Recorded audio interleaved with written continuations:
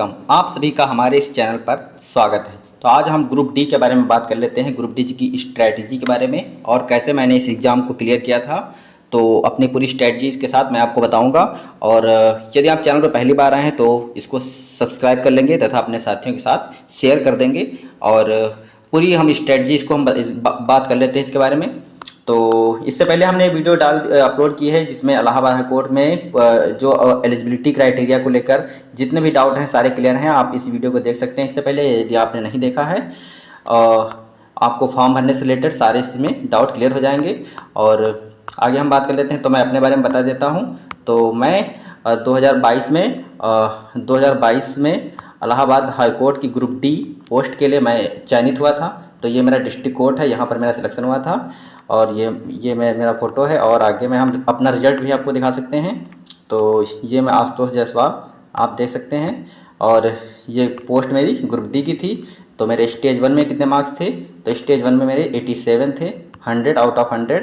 और स्टेज 2 में 86 थे आउट ऑफ 100। इस तरह से मेरे टोटल जो 200 में जो टोटल मेरिट थी वो 173 थी। और 2 आउट ऑफ 200, 173 आउट ऑफ 200। तो आज हम इसके बारे में आपको पूरी स्ट्रेटजी के बारे में हम बता देते हैं। तो आइए बिना किसी देरी के देख लेते हैं आगे। तो हम देख लेते हैं, वीडियो को बहुत ज़्यादा लंबा नहीं करेंगे। तो इलाहाबाद हाई कोर्ट की भर्ती जो थी तो ग्रुप डी की, इस बार टोटल पद कितने हैं कुल? तो कुल वैकेंसी हैं 1639 ग्रुप डी की। हम केवल आज ग्रुप डी के बारे में बात करेंगे और किसी ग्रुप सी और स्टेनो के बारे में किसी और दिन बात करेंगे। तो पेपर 1 आपको हम बता देते हैं पूरा आपको किन किन स्टेजेस से गुजरना पड़ेगा इसमें पेपर देने के लिए। तो आप जब फॉर्म भरेंगे उसके बाद एग्ज़ाम डेट के बारे में भी हम आपको बताएंगे। तो स्टेज 1 जो आपको देना पड़ेगा, पहला पेपर जो होगा, तो आपको पेपर 1 स्टेज 1 देना पड़ेगा। तो इसमें सिलेबस क्या हो, इसमें पेपर पैटर्न क्या होगा? तो आपसे मैथ पूछाएगा 25 क्वेश्चन 25 मार्क्स के, इंग्लिश 25 क्वेश्चन 25 मार्क्स के, हिंदी 25 क्वेश्चन 25 मार्क्स के, और इसी तरह से जीएस 25 क्वेश्चन 25 मार्क्स के। इस तरह से टोटल आपको कितने क्वेश्चंस मिलेंगे? टोटल 100 क्वेश्चंस होंगे, 100 क्वेश्चन होंगे और 100 ही मार्क्स के होंगे टोटल। और आपको इसके लिए टाइम कितना मिलेगा? तो टाइम मिलेगा 90 मिनट की आपकी ड्यूरेशन होगी। टाइम ड्यूरेशन कितनी होगी? तो 90 मिनट होगी, मतलब 1 आवर एंड 30 मिनट होगी। और इसमें कोई निगेटिव मार्किंग आपकी नहीं होगी।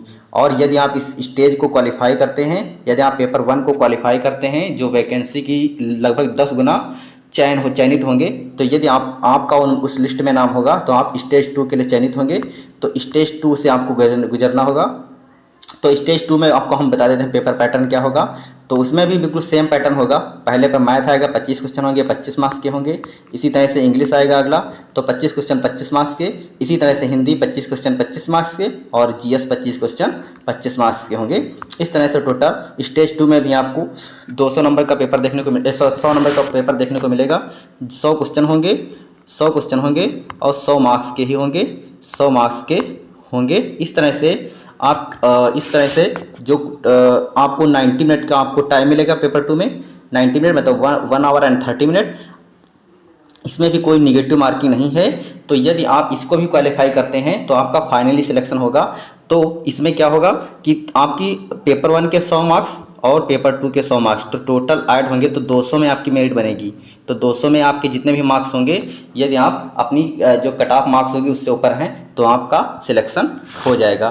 तो उसके बाद आपको मेडिकल से गुजरना होगा। उसके बाद डीवी और ज्वाइनिंग एक साथ ही हो जाएगी आपकी, एक ही दिन। और मेडिकल भी कोई विशेष प्रोसेस नहीं है, तो इसके लिए आप मत घबराइए। तो अब हम स्ट्रेटजी के बारे में बात कर लेते हैं कि स्ट्रेटजी क्या होना चाहिए इसके बारे में। तो आपको ये पेपर पैटर्न समझ में आ गया होगा इसके बारे में। तो हम स्ट्रेटजी के बारे में बात कर लेते हैं। आपको स्ट्रेटजी तो आपको पता है कि हाई कोर्ट जो है, हाई कोर्ट पे एग्ज़ाम जब ये एप्लीकेशन फॉर्म देता है उसके बाद, पिछली बार क्या हुआ था, एप्लीकेशन फॉर्म देने के बाद 1.5 महीने के अंदर ही जो है 1.5 मंथ के अंदर ही इन्होंने पेपर करवा लिया था। तो इस बार भी पूरी संभावना है कि इस बार भी ऐसा ही होगा, क्योंकि उसी तरह से 20 दिन का टाइम फॉर्म भरने के लिए मिला है। तो इस तरह से क्या होगा कि आपका एग्ज़ाम जो एक्सपेक्टेड है, आप 50 दिन लेकर चल सकते हैं, 50 डेज।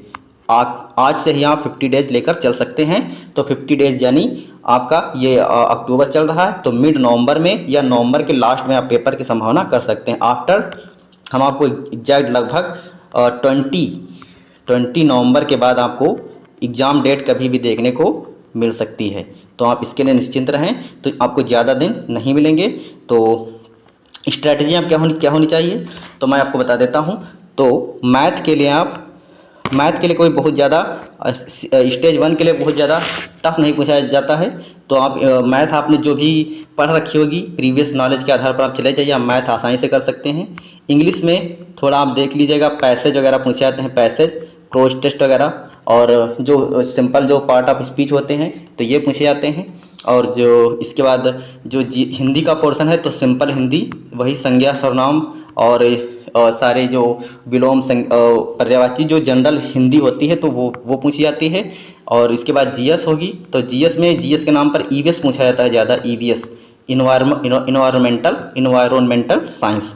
तो आप इन सब्जेक्ट को अच्छे से ईवीएस के तौर पर आपको तैयार करेंगे। जीएस को मैं आपको बताता हूँ आप सोर्स कहाँ से यूज कर सकते हैं। तो मैथ के लिए आप कोई भी, आपने यदि क्लास 10 तक मैथ अच्छे से पढ़ी तो आप मैथ आसानी से कर सकते हैं। तो इसके लिए आप निश्चिंत रहें। यदि आपको मैथ बिल्कुल नहीं आती है तो आप सिंपल क्लासेस ले सकते हैं जो हम आपको प्रोवाइड करेंगे।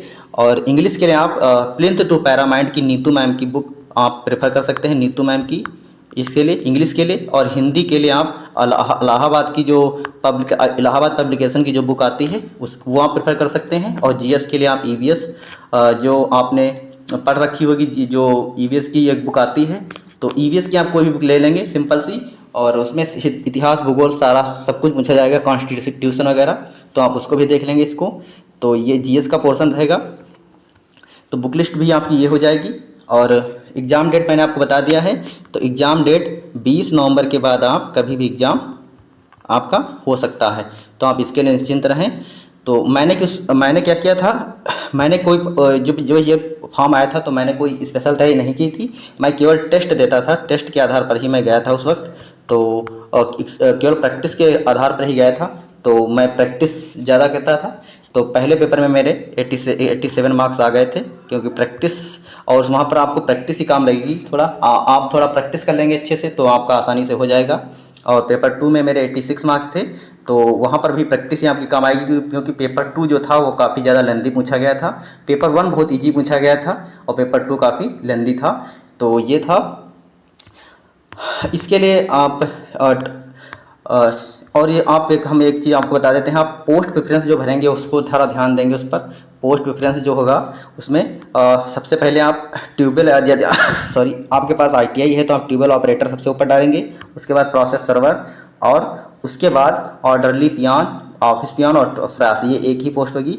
तो ये इसके बाद भर देंगे। और उसके बाद चौकीदार, वो वाटरमैन और स्वीपरमैन ये भर देंगे। और लास्ट ओभिस्ती ये एक में आएगी, तो ये भर देंगे। आपकी 3 प्रेफरेंस भराई जाएंगी। और चौथी आप लास्ट में आपको स्वीपर कम भरना है, क्योंकि इसकी सैलरी फिक्स होती है, तो आप ये सबसे लास्ट में ही भरेंगे। इसको ध्यान रखेंगे, इसको लास्ट में ही भरना है इसको। तो ये हो गया। तो आई थिंक आपको सारी चीज़ें समझ में आ गई होंगी। तो यदि मैं आपको बता देता हूँ कि कल से हम क्लासेस स्टार्ट कर रहे हैं। तो जीएस की हम प्रैक्टिस सेट चलाएंगे। तो जीएस में आप यदि 25 आउट ऑफ 25 मार्क्स गेन करना चाहते हैं तो आप हमारे साथ जुड़ जाइए और ज़्यादा से ज़्यादा शेयर कर दीजिए ताकि हमारी रीच और आगे बढ़ सके। तो हम आपको इस ग्रुप डी से रिलेटेड हर एक चीज़ प्रोवाइड करेंगे, तो आप जुड़ जाइए। कल 9 AM पर, कल यानी 3 अक्टूबर को आपको 9 AM पर जीएस की क्लास मिलेगी। जीएस हम प्रैक्टिस सेट करवाएंगे और सारे क्वेश्चन उसी में से फंसाने की कोशिश करेंगे। तो आज के लिए इतना ही रखते हैं। तो यदि आपको कोई भी इससे रिलेटेड क्वेरी हो तो आप हमें कमेंट बॉक्स में कमेंट अवश्य करेंगे। तो आज के लिए इतना ही, धन्यवाद।